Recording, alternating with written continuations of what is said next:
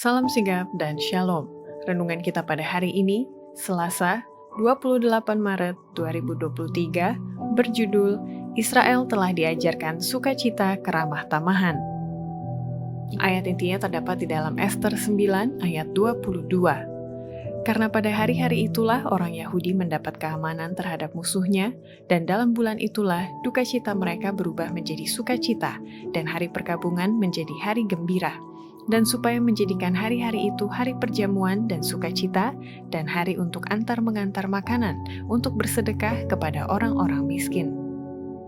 Pena Inspirasi menuliskan yang dimaksud dengan judul renungan kita pagi ini, Israel telah diajarkan sukacita keramah tamahan, adalah sebuah panggilan kehidupan yang praktis agar kita bisa senantiasa memiliki sukacita bagi dunia, sebagai faktor yang menunjang kebahagiaan sejati dan sarana untuk memulihkan hubungan kita secara vertikal kepada Tuhan dan horizontal dengan sesama, sebagai berikut.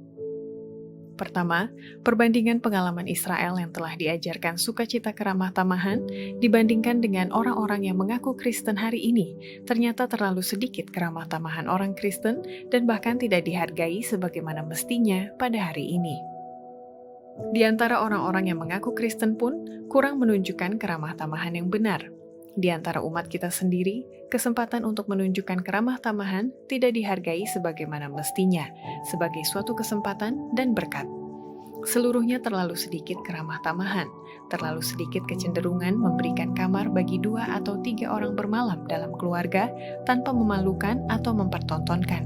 Sebagian orang berdalih terlalu menyusahkan. Tidak demikian halnya jika engkau mengatakan, kami tidak membuat persiapan khusus, tetapi Anda diterima dengan senang hati dengan apa yang kami miliki.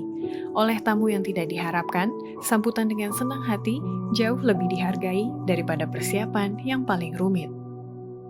Kedua, perbandingan pengalaman Israel yang telah diajarkan sukacita keramah tamahan dibandingkan dengan orang-orang yang mengaku Kristen hari ini, ternyata sukacita keramah tamahan itu tidak ditanggapi lagi sebagaimana mestinya, dan bahkan tidak dianggap lagi sebagai suatu berkat dan kesempatan istimewa hari ini.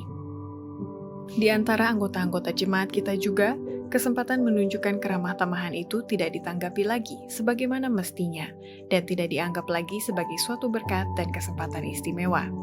Apabila terlalu sedikit keramahan, maka terlalu sedikit kerelaan keluarga untuk menyediakan tempat bagi 2 atau 3 orang tanpa persungutan dan kekecewaan. Ketiga, perbandingan pengalaman Israel yang telah diajarkan sukacita keramah tamahan dibandingkan dengan orang-orang yang mengaku Kristen hari ini, ternyata lebih banyak orang Kristen kehilangan kebahagiaan dan keramah tamahan akibat kurangnya rasa simpati dan keramah tamahan terhadap satu dengan yang lain hari ini.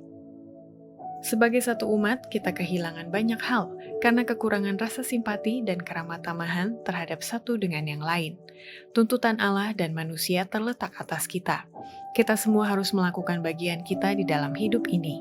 Adalah pengelolaan unsur-unsur sosial, sifat kita yang menimbulkan rasa simpati dalam diri kita terhadap saudara-saudara kita, dan memberikan kita kebahagiaan dalam usaha memberkati orang lain.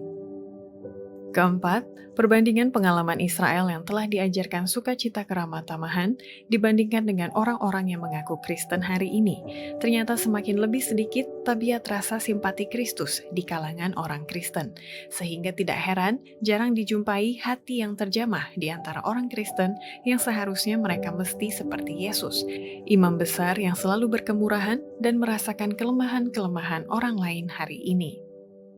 Kita memerlukan rasa simpati Kristus, bukan hanya rasa simpati terhadap orang-orang yang nampaknya tidak bersalah, tetapi rasa simpati terhadap orang miskin, yang menderita, yang bergumul, yang sering dipersalahkan, berdosa, dan menyesal, tergoda, dan kecewa.